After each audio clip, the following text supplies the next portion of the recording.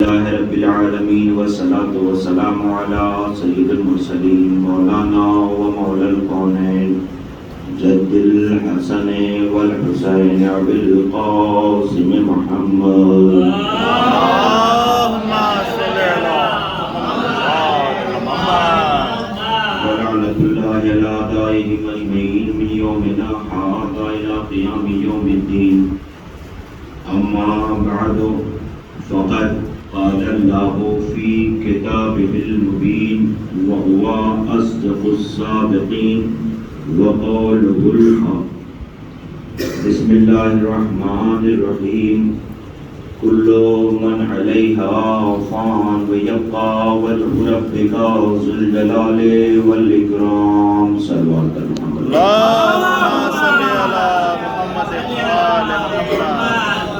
محمد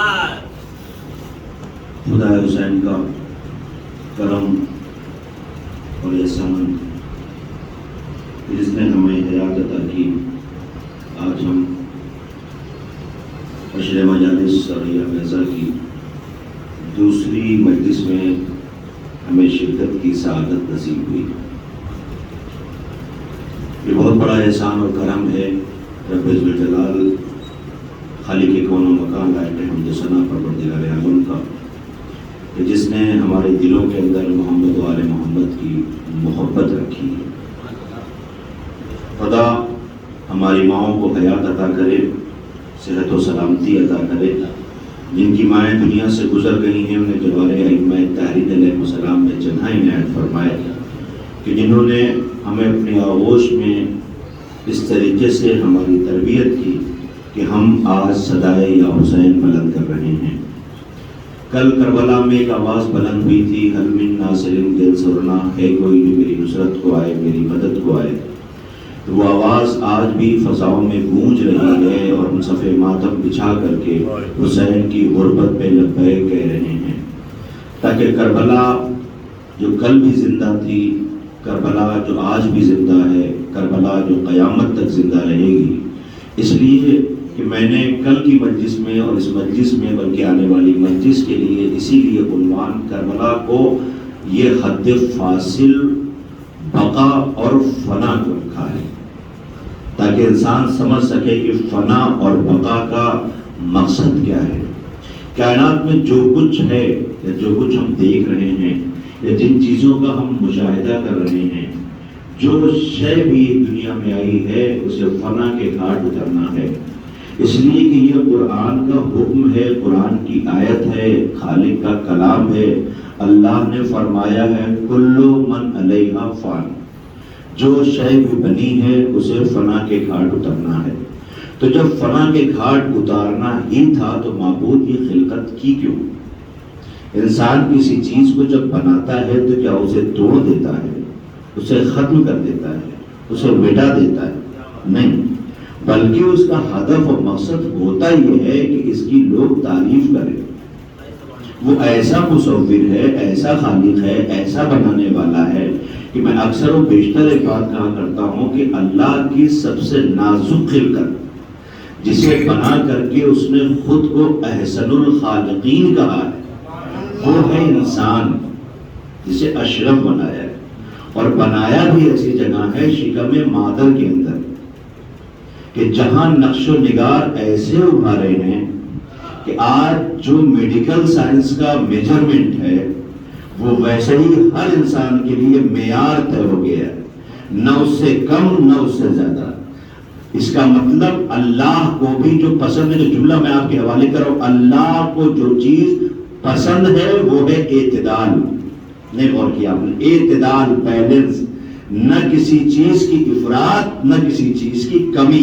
صلوات پڑھیں پر محمد و آل محمد۔ اللہم صلی علی محمد و آل محمد۔ اس کا بیلنس ہے، اور اس نے نقش و نگار ایسے ابھارے شکم مادر کے اندر کہ انسان اتنا ذہین اسے بنا دیا کہ اب کائنات میں مالک نے جتنی چیزیں بنائی، جتنی خلقت کی ہے، سب کو انسان پہ مسخر کر دیا، اس کے قبضہ قدرت میں دے دیا کہ جو کچھ تم دیکھ رہے ہو یہ سب تمہارے لیے ہے۔ تو پھر ہم کس کے لیے ہیں؟ یہ سمندر کی امواج، یہ ہواؤں کی روانی، یہ روشنی، یہ پانی، یہ تمام پیڑ پودے، یہ چرند، یہ پرند، یہ اشجار، جو کچھ دیکھ رہے ہو، یہ حیوان، یہ سب تمہارے قبضے قدرت میں ہے۔ شیر اتنا خطرناک مگر تمہارے قبضے قدرت میں، ہاتھی اتنا طاقتور تمہارے قبضے قدرت میں، دنیا کی جتنی چیزیں ہیں سب تمہارے قبضے قدرت میں، ہم یہ دیتے ہیں مگر سب تمہارے قبضے قدرت میں ہے۔ تو ایک بات یاد رکھنا، تم آزاد نہیں ہو بلکہ تمہیں بھی کسی کو جواب دینا ہے، تمہیں بھی کسی کے نقشہ نظر پہ چلنا ہے۔ اس کا مطلب مالک بنا تو دیا ہے، یہ بتا پیمانہ کیا ہوگا، پیرامیٹر کیا ہوگا؟ کہ پیمانہ اور پیرامیٹر ہم نے استاد پہلے بھیجا ہے، شاگرد بعد میں بھیجا ہے، آدم کو پہلے بھیجا ہے، خلقت بعد میں کی ہے، تعلیم پہلے دی ہے، تعلیم دینے والے کو، تعلیم لینے والے کو بعد میں بھیجا ہے۔ اب اگر آپ بیدار ہیں تو آپ کا ذہن عالیہ کے حوالے بات کرو، آدم سے لے کر خاتم الانبیاء تک جو تمام تعلیمات تھی وہ کسی ایک میں اگر کمال نظر آیا تو جب جبریل امین غفیر پہ آئے اليوم اکملت لکم دینکم واتممت علیکم نعمتی، کہا یہ علی ہے، اسے پہچان لو۔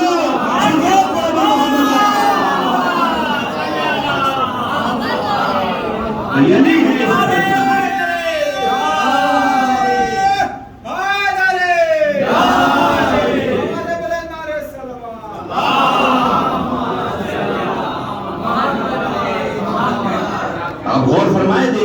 حضرت آدم سے لے کر خاتم الانبیاء تک کا جو سلسلہ ہے اس سلسلے کو غور کریں۔ آدم کا علم دیکھنا ہے، انبیاء ما سبق کا کمال دیکھنا ہے، تو پیغمبر نے غدیر کے موقع کے اوپر علی کو بلند کر کے کہا تو اس ذات کو دیکھتے جاؤ۔ اس کا مطلب ٹیچر پہلے بھیجا، شاگرد بعد میں بھیجا، اب وہ سکھاتے رہے، بتاتے رہے۔ تو یہ فنا کے گھاٹ اگر اترنا ہے تو پھر معبود بنایا کیوں؟ کہا نہیں، یاد رکھنا بقا کا دار و مدار فنا پہ ہے، بقا کا دار و مدار فنا پہ۔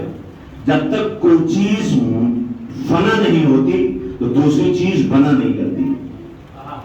گیہوں کے دانے میں زمین میں ڈالے نہ جائیں تو یہ لہلاتی ہوئی کھیتی تیار نہیں ہوگی، جب خود کو فنا کرتے ہیں تو پھر یہ لہلاتی ہوئی کھیتی تیار ہوتی ہے۔ اب قدرت نے قانون بھی بنا دیا ہے، لیکن آپ کے اذہان عالیہ کے سکول ایک بات کرنے جا رہا ہوں کہ مالک نے ایک قانون یہ بنایا کہ جتنی مخلوق ہے وہ اپنے سے پس مخلوق بلند پہ قربان ہوگی، پس مخلوق بلند پہ قربان ہوگی۔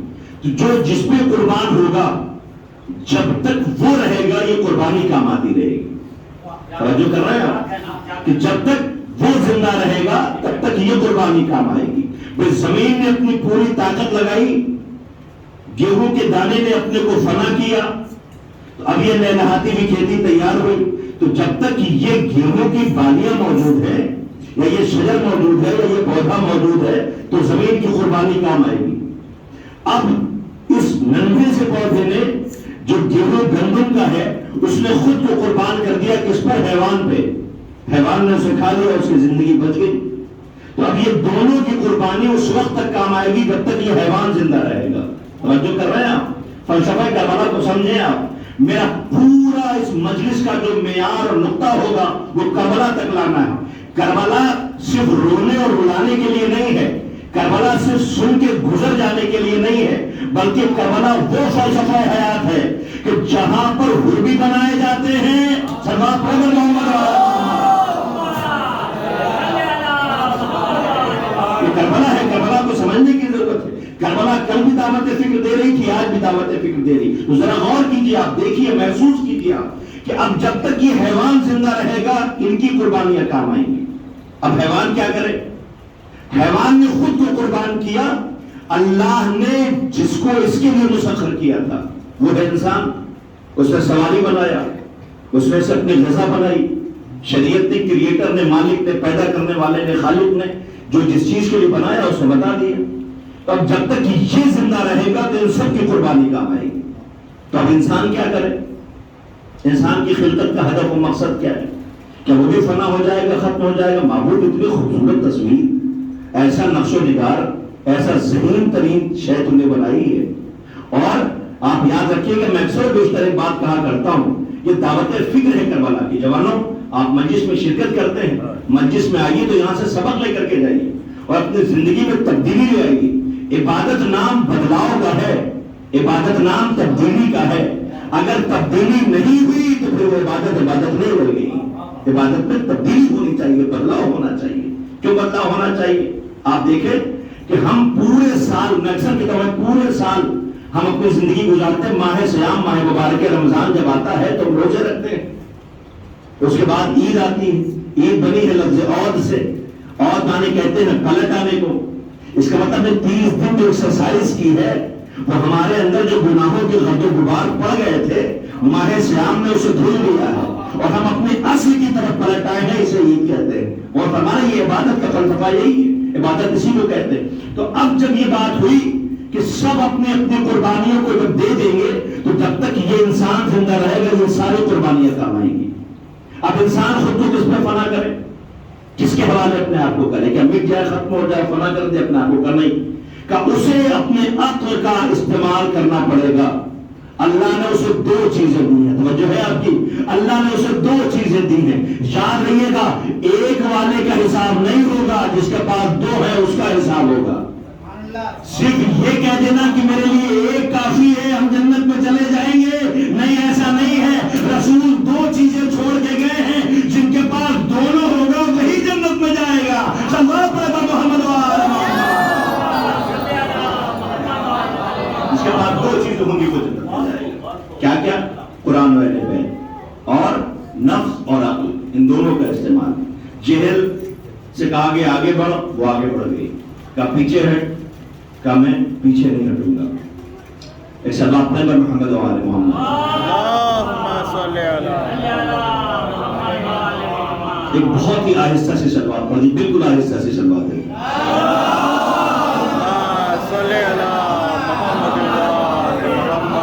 جب یہ آہستہ ہے تو بلند کتنی ہوگی؟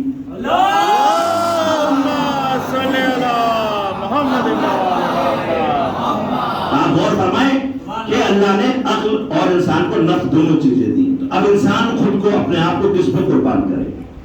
انسان اپنے آپ کو کس پہ ہے؟ کوئی بتانے والا؟ کسی نے دکھایا؟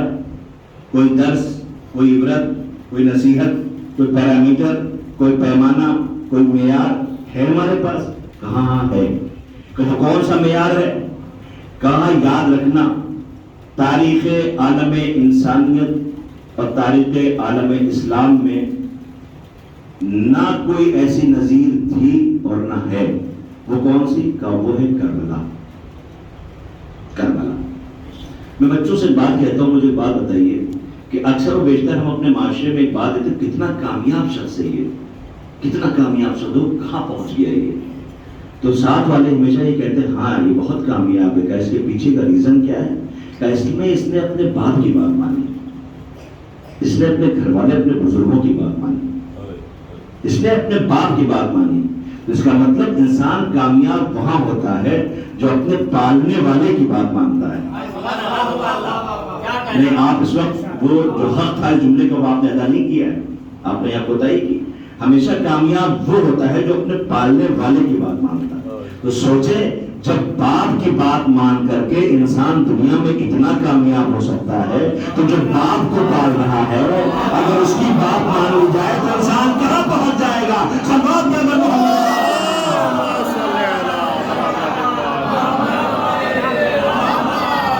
جب اس کی بات مانے گا تو وہ کہاں پہنچائیں گے؟ اور یہ وجہ ہے کہ اہل بیت طاہرہ علیہ السلام کی محبت اسی لیے مانگی گئی ہے کہ وہ وہاں لے جانا چاہتے ہیں جہاں انسان کا کمال ہے، کمال کی منزل پر پہنچ جاتا ہے، یہ وہاں لے جانا چاہتے ہیں۔ اس لیے یاد رکھیے گا، کربلا ہوئی نہیں ہے فلسفہ حیات و موت، بلکہ یوں کو فنا اور بقا کو سمجھیے۔ کربلا ہوئی نہیں ہے بلکہ ایک اسٹریٹجی تھی، ایک مقصد تھا، ایک ہدف تھا جو حسین ابن علی علیہ السلام نے تعمیر کی، کربلا کو بنایا ہے۔ کربلا ہوئی نہیں، کربلا کے لیے انبیاء ماسبق کا دور ہوگی ہوگی ہوگی ہوگی۔ اس کا مطلب کربلا کو امام حسین نے، بہت غور سے سنیے گا، میں آپ کے سامنے کربلا پڑھا ہوں کہ کربلا کیا؟ کربلا صرف رونے رلانے کا نام نہیں ہے بلکہ کربلا کے ہدف اور مقصد کو سمجھنے کی ضرورت۔ یہ فرشیزہ ہم نے کربلا کو دنیا تک پہنچانے کے لیے، آج آپ یہاں سے سیکھیں گے، یہاں سے سیکھ کے باہر جائیں گے، یہ درسگاہ ہے. یہاں سے جب شاگرد نکل کر کے جائے گا تو دیکھنے والے اس کا معیار اور کردار دیکھ کے کہیں گے کتنی اچھے درسگاہ کا پروردہ ہے, اتنی اچھی تربیت گاہ کا پروردہ ہے. لہذا مجلسیں سکھانے کے لیے ہیں, جلوس سڑکوں پہ دکھانے کے لیے ہیں. ایک سلوات پڑھیں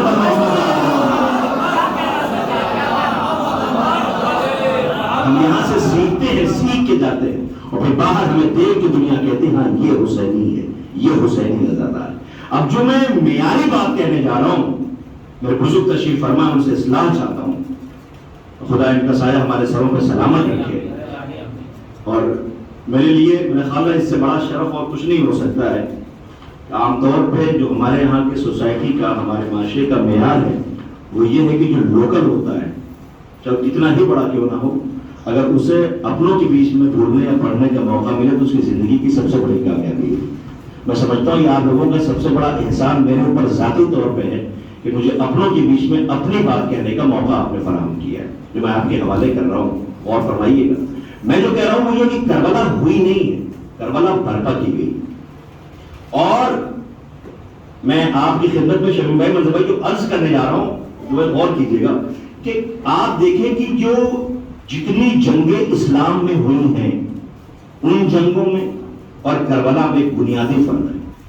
وہ فرق کیا ہے جو امام حسین نے طے کیا. اسلام کی جتنی جنگیں, جنگ بدر سے لے کر کربلا تک کی جتنی جنگیں ہوئی ہیں, ساری جنگوں کا آپ مشاہدہ کریں. اس جنگ میں جو شرکت چاہیے تھی, جس سے مدد لینی تھی, جس کو آنا تھا, جس کو اپنی حاضری لگانی تھی, جس کو اس میں شرکت کرنی تھی, ان سب کے لیے بنیادی شرط کلمہ تھی. کلمہ رکھا گیا. ان جنگوں میں شامل وہی ہوگا جو کلمہ گو ہوگا. لیکن کربلا کی یہ شرط نہیں ہے, کربلا کی بنیادی شرط کلمہ نہیں ہے. یہ انفرادیت کربلا کی ہے جو کہیں نظر نہیں آتی. امام حسین نے وہاں بھی معصوم اور یہاں بھی معصوم. وہ معصوم یہ کہہ رہا ہے جو پیغمبر اکرم کی سرپرستی میں, قیادت میں جو جنگیں ہو رہی ہیں ان کی بنیادی شرط کلمہ رکھی گئی ہے. لیکن کربلا میں کلمہ نہیں رکھا گیا بلکہ کربلا میں کردار رکھا گیا ہے. میں اور کیا کربلا میں کردار رکھا گیا. کیوں؟ اس لیے کہ جو جنگیں کربلا سے پہلے ہوئی ہیں وہ مشرکین سے ہوئی ہیں, مشرکین سے ہوئی ہیں, اور کربلا کی جو جنگ ہو رہی ہے وہ کلمہ گویوں سے ہو رہی ہے. وہ کلمہ گویوں سے ہو رہی ہے. لہذا کربلا کی جنگ کلمہ نہیں ہے بلکہ کردار رکھا گیا ہے.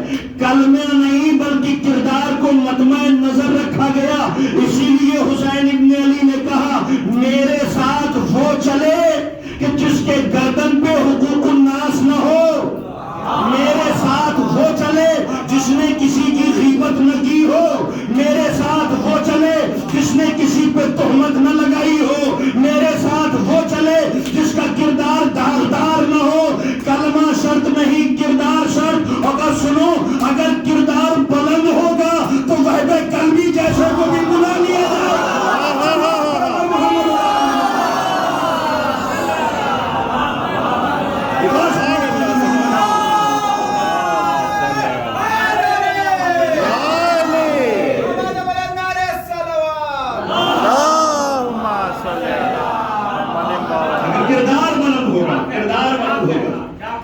قلبی جیسی شخصیت کو بھی حسین ابن علی بلائیں گے, کلمہ پڑھائیں گے, ساتھ میں شامل کریں گے.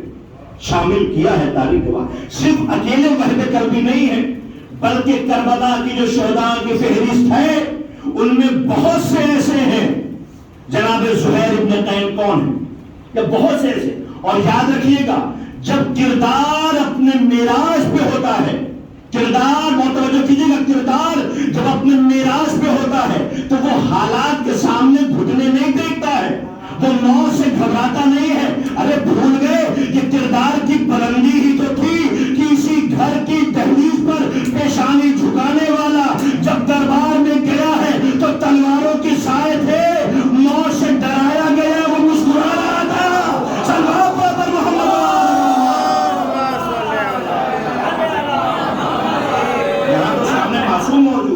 یہاں تو سامنے معصوم موجود ہے, وہاں اکیلا تر و تنہا نامور بن کر کے پہنچا, مگر موت سے ڈر نہیں رہا.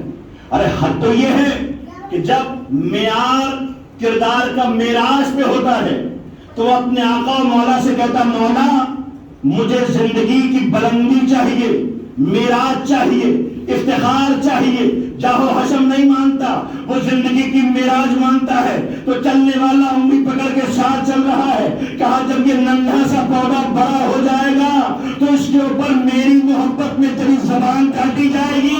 وہ روز پانی دے کر کے ننھے سے پودے سے کہتا ہے شجر بن جا، شجر بن جا، شجر بن جا، تاکہ سروتن میں جدائی ہو، شہادت میں یار بن جائے۔ چلو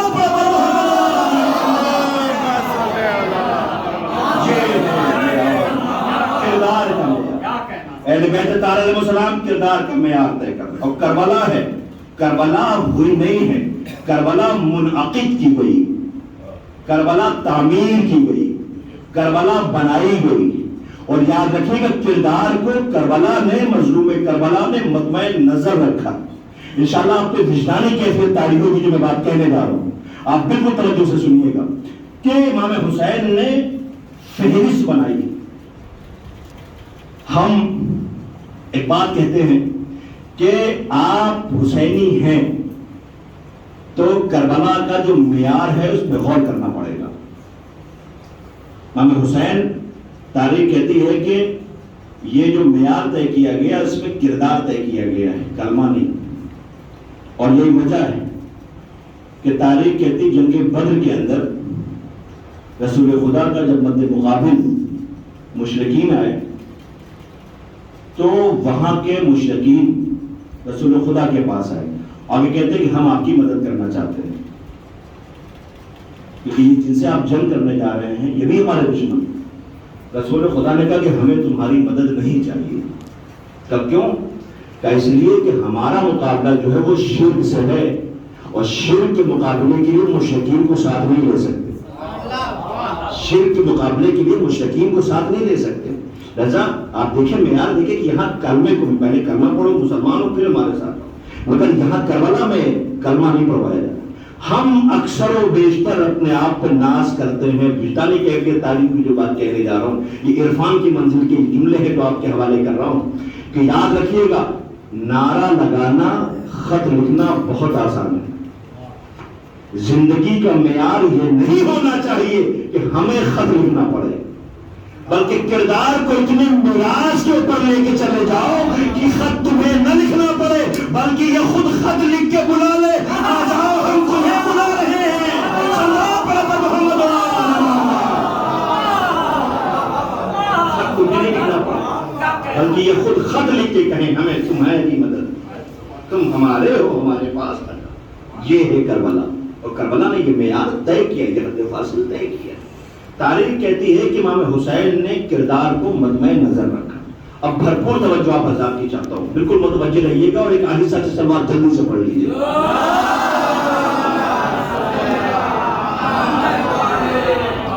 آپ تھوڑا تھوڑا آگے، تھوڑا تھوڑا آگے ایک سلوات پڑھتے ہوئے۔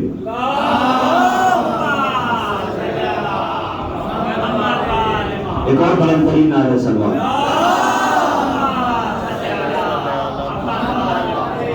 اور بالکل بھرپور توجہ کیجیے گا آپ جو بات میں کہنے جا رہا ہوں۔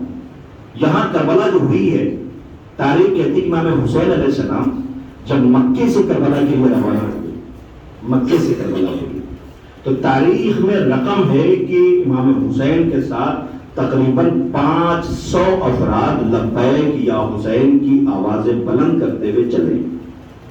کتنے افراد؟ تقریباً 500 افراد مکے سے امام حسین، کربلا آپ کے سامنے پیش کر رہا ہوں تاکہ آپ کربلا کو سمجھیں۔ 500 افراد لبیک یا حسین کی صدائیں بلند کرتے ہوئے امام مظلوم کے ساتھ چلے۔ کربلا پہنچتے پہنچتے ان کی تعداد 100 رہ گئی، 400 افراد وہیں سے چلے گئے۔ یہ گئے نہیں ہیں، انہیں امام نے واپس بھیجا۔ 12 خطبہ امام راستے میں دیتے ہوئے آئے، میرے ساتھ وہ چلے کہ جس نے کسی کا حق نہ مارا ہو، میرے ساتھ وہ چلے کہ جس نے کسی پہ تہمت نہ لگائی ہو، میرے ساتھ وہ چلے کہ جس نے حقوق الناس کو ادا کیا ہو، میرے ساتھ وہ چلے کہ جس نے کبھی کسی کی غیبت نہ کی. یعنی کردار کو امام حسین نے معیار رکھا. اور اب اس کے بعد تاریخ یہ کہتی ہے کہ جو آ گئے تو چراغ بجھایا امام نے, اور چراغ بجھا کے یہ کہا, بھرپور توجہ چاہتا ہوں, چراغ بجھایا اور بجھانے کے بعد امام نے کہا کہ میں تم سے بیعت اٹھائے لیتا ہوں اور تمہاری جنت کی ضمانت لیتا ہوں. امام کہہ رہے, معصوم کہہ رہے کہ تمہاری جنت کی ضمانت لیتا ہوں, جو جانا چاہے چلا جائے. چراغ بجھا کے جو جانا چاہے چلا جائے. لیکن تاریخ کہتی ہے کہ بہت سے ایسے تھے جو پہلے جا چکے تھے.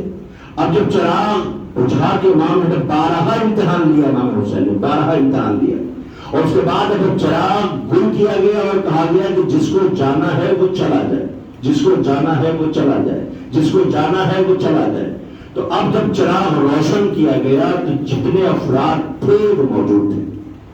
71 افراد امام کے ساتھ جو ناظرین وہ موجود تھے, اور سب نے کہا کہ 12 اگر زندگی ملے گی تو ہم آپ پہ اپنی جان قربان کریں. اب ان سے میرا کہنا یہ ہے کہ جو 71 افراد ہیں کہ مجھے یہ بتائیے, سامنے موت کھڑی ہے, بھوک اور پیاس ہے, یہ معلوم ہے کہ شہادت ہمارا معیار بننے والا ہے, تو آپ موت کے سامنے تو ٹوٹ جانا چاہیے تھا, بھوک و پیاس کے سامنے ٹوٹ جانا چاہیے تھا. اب میں کہوں کہ جب کردار کی معراج ہوتی ہے تو وہ پھر حالات سے سمجھوتا نہیں کرتے, بلکہ ان کا مطمع نظر اپنا ٹارگٹ جو ہوتا ہے, اپنا ہدف سامنے ہوتا ہے کہ ہمارا ہدف یہ ہے. کسی شاعر نے کیا خوب کہا تھا کہ طوفان کر رہا تھا میرے عزم کا طواف, طوفان کر رہا تھا میرے عزم کا طواف, دنیا سمجھ رہی تھی کہ کشتی بھور میں ہے. طوفان کر رہا تھا میرے عزم کا طواف, دنیا سمجھ رہی تھی کہ کشتی بھور میں ہے. ایسا نہیں ہے, بلکہ یہاں اطمینان کا منظر عالم یہ ہے کہ عبد الرحمن تاریخ کہتی ہے, اور ان میں جناب حنظلہ ابن شوامی اور تاریخ کہتی جناب سعید, یہ سب بیٹھے ہوئے تھے. حنظلہ نے اس موقع کے اوپر شب عاشور مذاق کیا ہے, تو لوگوں نے حیرت سے دیکھا اور کہا حنظلہ یہ مذاق کا موقع ہے, 9 محرم کے شب سامنے موت کھڑی کی, بھوک و پیاس سے سب جا بلا. وہ کہتے ہیں خدا کی قسم میں اپنے ہوش میں, جب سے میں نے ہوش سنبھالا ہے, کسی نے کبھی مجھے بیجا مسکراتے ہوئے نہیں دیکھا, مجھے کبھی میرے قبیلے نے مسکراتے ہوئے نہیں دیکھا. پھر آج یہ کون سا موقع محض مسکرانے کا ہے جبکہ حالات اتنے سخت ترین ہیں.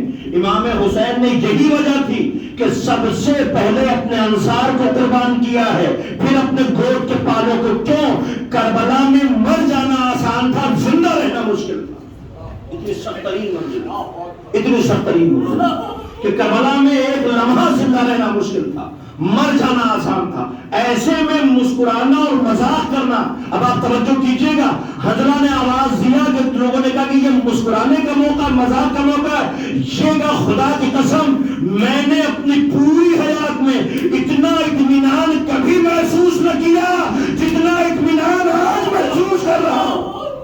اتنا اطمینان آج محسوس کر رہا ہوں. شب عاشور ہے, کربلا ہے. امام حسین جو کردار لے کے آئے وہ یہ معیار ہے کربلا. تاریخ کہتی ہے کہ اس کے بعد امام نے چراغ کو گل کیا, اور گل کرنے کے بعد جسے جانا ہے وہ چلا جائے. اب ذرا آپ سوچیں, غور کریں کربلا کو کہ کربلا کس چیز کو کہتے ہیں, کربلا ہے کیا. یہاں رات میں 9 محرم کو یہ کہا جا رہا ہے جسے جانا ہے چلا جائے, اور عصر عاشور یہ کہا جا رہا ہے حل من ناصر ینصرنا, ہے کوئی جو میری مدد کو آئے. مولا سمجھ میں نہیں آ رہا ہے. رات میں کہہ رہے ہیں چلے جاؤ, دن میں کہہ رہے ہیں چلے آؤ. اس فلسفے کو ذرا سمجھائیے کہ اس کے لیے عمیق نظر ہونی چاہیے. ہمارے ہدف اور مقصد کو سمجھو. ہم نے یہاں کلمہ معیار نہیں بنایا ہے, ہم نے یہاں کردار معیار بنایا ہے. غور کر رہے ہیں آپ, رات میں یہ کہا جا رہا ہے چلے جاؤ, دن میں یہ کہا جا رہا ہے کوئی جو مدد کو آئے. کہ اگر کی بات کی صداقت کا اندازہ لگانا ہے تو موقع محل دیکھا جاتا ہے, جگہ دیکھی جاتی ہے, کب کس جگہ کیا بات کہی گئی. کب کہاں کس جگہ کیا بات کہی گئی. یہ بات جو کہی گئی کہ جسے جانا ہے چلا جائے, وہاں سب اپنے تھے حق نے ادا کیا. یہ بات جو کہی جا رہی جسے جانا ہے چلا جائے، وہاں سب اپنے تھے، اور دن کے اجالے میں جو بات کہی گئی ہے کوئی جو چلا آئے، وہاں سب غیر تھے. ایک سلوات پڑھے پر محمد و آل محمد.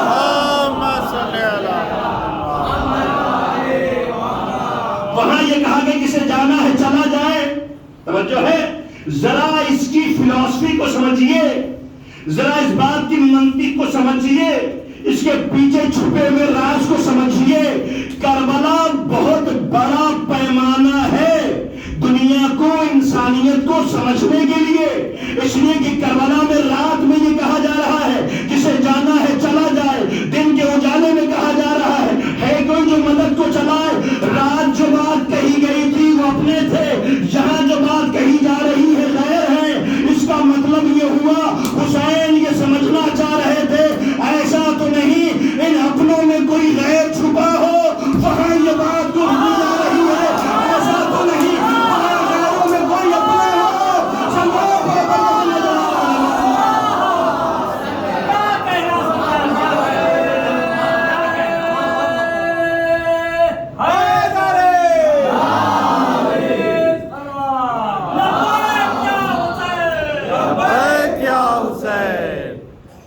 آل سباب پڑھے پر محمد و آل اللہم صلی علی محمد. وہاں جو بات کہی گئی وہ غیروں میں کہی گئی، یہاں جو بات کہی جا رہی ہے وہ اپنوں میں کہی جا رہی. حسین دیکھنا چاہ رہے تھے اور آزمانا چاہ رہے تھے ایسا تو نہیں یہاں کوئی اپنوں کی صورت بنا کر کے غیر بیٹھا ہو، اور کہیں ایسا تو نہیں وہاں غیروں میں کوئی اپنا چھپا ہوا. اس لیے آواز دے رہے تھے ہے کوئی جو میری مدد کو آئے. یہ کربلا ہے. اسی لیے کربلا میں حسین ابن علی نے جو آواز دی ہے اور یہ کہا ہے بابا جیسے چاہنے والے ہمیں ملے آپ کو نہیں ملے، بھیا جیسے چاہنے والے ہمیں ملے آپ کو نہیں ملے، نانا جیسے چاہنے والے ہمیں ملے آپ کو نہیں ملے. اس لیے کہ کربلا نے جو پیرامیٹر طے کیا تھا وہاں جو اپنا تھا وہ اپنا تھا، جو غیر تھا وہ غیر تھا. یہ ہے کربلا. اسے سمجھنے کی ضرورت ہے. اب ان ساری گفتگو کا ایک محاصل نکلا، ایک نتیجہ نکلا، ایک رزلٹ نکلا. وہ کیا ہے؟ وہ یہ ہے کہ حسین ابن علی علیہ السلام نے وہاں غیروں کے بیچ میں یہ کہا جسے جانا ہے چلا جائے، یہاں یہ کہا کہ اگر ہے کوئی جو میری مدد کو آئے. اس کا مطلب یہ ہوا کہ حسین ابن علی سمجھانا چاہ رہے ہیں کہ کربلا کو سمجھو، کربلا نام توڑنے کا نہیں ہے، کربلا نام جوڑنے کا ہے. کربلا دوریاں بڑھانے کا نام نہیں ہے بلکہ قریب لانے کا نام. یہ ہے کربلا کی فلسفہ. اور آپ کیا سمجھتے ہیں امام حسین علیہ السلام، یہ جنگ 9 محرم کو ہو جاتی، 8 محرم کی رات میں جو ماحول کریٹ کیا گیا اور جو بنا ہے وہ ایسا لگتا تھا جنگ ہو جائے. امام حسین نے ابوالفضل عباس کو بلایا اور کہا بھیا عباس ان سے جا کے کہہ دو. عباس تو چاہتے تھے کہ جنگ کی اجازت مل جائے،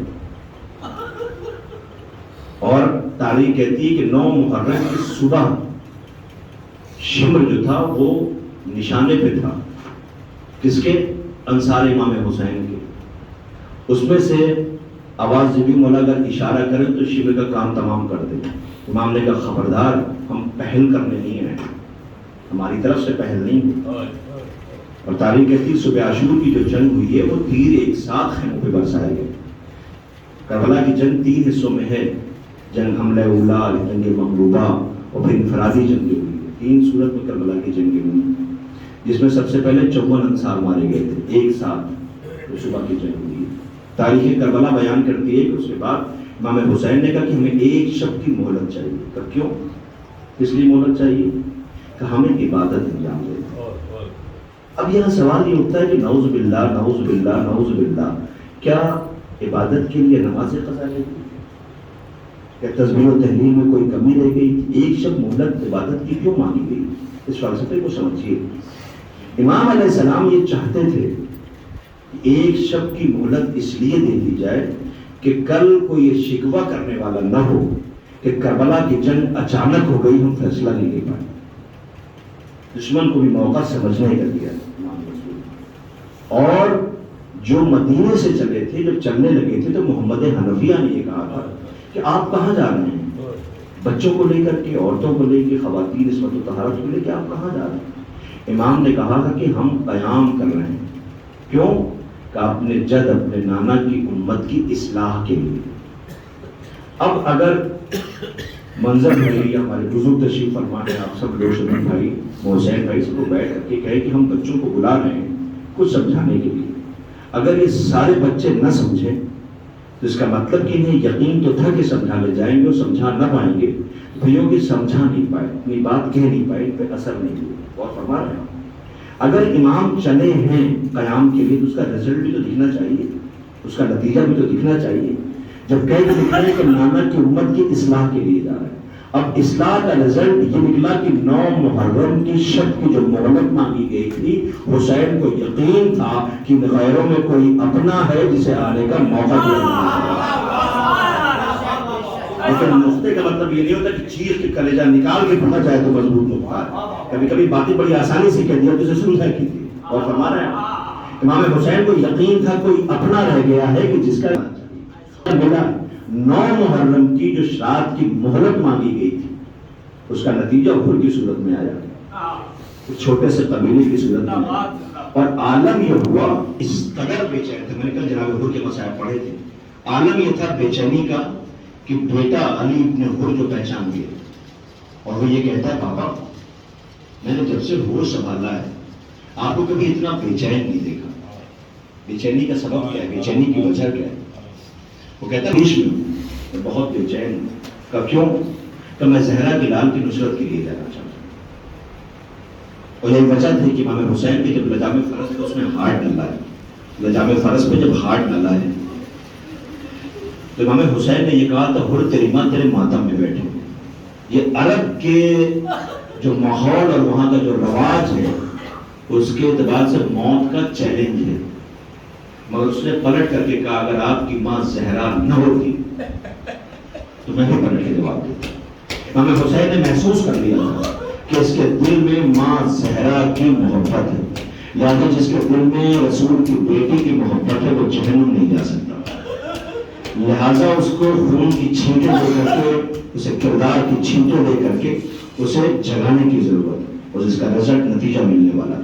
اب ذرا نتیجہ غور کیجیے آپ کہ مرتبہ جیسے ہی آپ چیخیں مار کے روئیں گے جو میں کہنے جا رہا ہوں، انہوں نے جب یہ محسوس کیا اور بیٹے نے باپ کی طرف دیکھا آواز ہی بابا، تو پھر کیا سوچا کہ میں تو حسین کی نصرت کے لیے جانا چاہتا ہوں.